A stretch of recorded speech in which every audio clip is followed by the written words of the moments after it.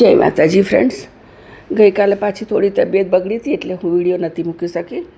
તો આજે આપણે સરગવા ટમેટાનું સૂપ બનાવવાનું છે.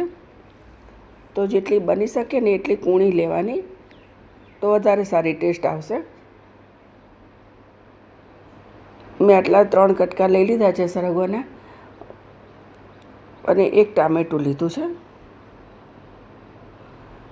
લાવી હતી 3-4 દિવસ થઈ ગયા, પણ મારી તબિયત સારી ન હોવાથી પડી એટલે થોડીક કડક થઈ ગઈ છે. એની અંદર 1 ટામેટું નાખી દઈએ, મીડિયમ સાઇઝનું લેવાનું.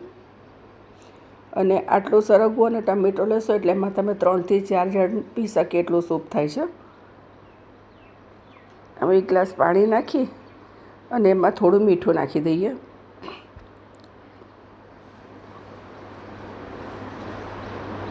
અને એને 2થી 3 સીટી કરી લઈએ. જો કડક સિંગ હોય તો એકાદ વિસલ વધારે કરવાની, નહીં તો 2 સીટીમાં તો થઈ જ જાય છે. જો સરસ બફાઈ ગયું અને એને ઠંડુ પણ કરી લીધું છે. પાણીની જરૂર આપણે પડશે એટલે પછી નાખીશું. મિક્સરમાં લઈ લઈએ અને એને એકદમ ઝીણું પીસી લઈએ. થોડુંક વધારે વાર પીસવાનું એટલે એકદમ સરસ એકરસ થઈ જાય. જોઈ લઈએ. જો સરસ પીસાઈ ગયું છે. તમને ચમચીથી દેખાડું. આમાં પાણીની જરૂર છે હજી ઘણી બધી, પણ એ આપણે પછી નાખીશું. તો બીજા વાસણમાં આપણે એને ગાળી લઈશું અને એકદમ ઘસીને ગાળી લેવાનું.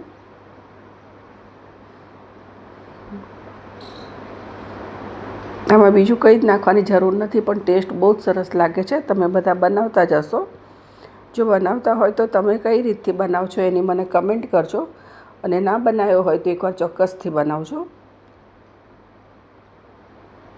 જેને પણ કેલ્શિયમની તકલીફ હોય એને માટે સરગવો બહુ જ સારો.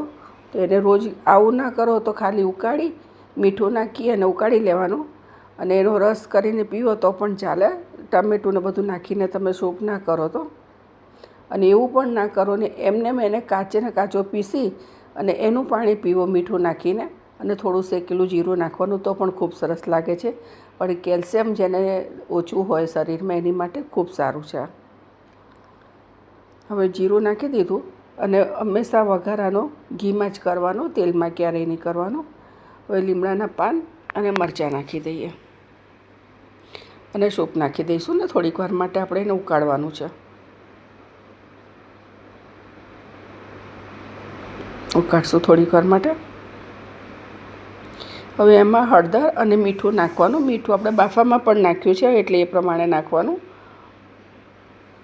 મારો વિડીયો બધા આગળના પણ તમે જોયા જ હશો, બધા જ વિડીયો. તો તમને સારા લાગતા હોય તો લાઈક અને શેર કરજો. આ વિડીયો પણ તમને ગમ્યો હોય તો આગળ શેર કરજો, લાઈક કરજો. લીલા ધાણા નાખી દઈએ અને થોડું લીંબુ નાખી દઈએ.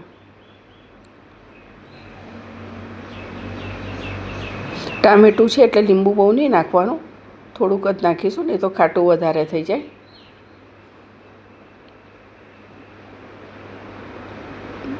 તો તૈયાર છે આપણો સૂપ. આપણે બીજા વાસણમાં લઈ લઈએ. તમે મારી ચેનલ ઉપર પહેલી વાર આવ્યા હોય તો સબસ્ક્રાઈબ કરજો. વિડીયો ગમ્યો હોય તો લાઈક કરજો, શેર કરજો, અને તમે બનાવતા હોય તો મને તમારી રીતની કમેન્ટ કરજો. તો મળીએ બીજા વિડીયોમાં. જય માતાજી.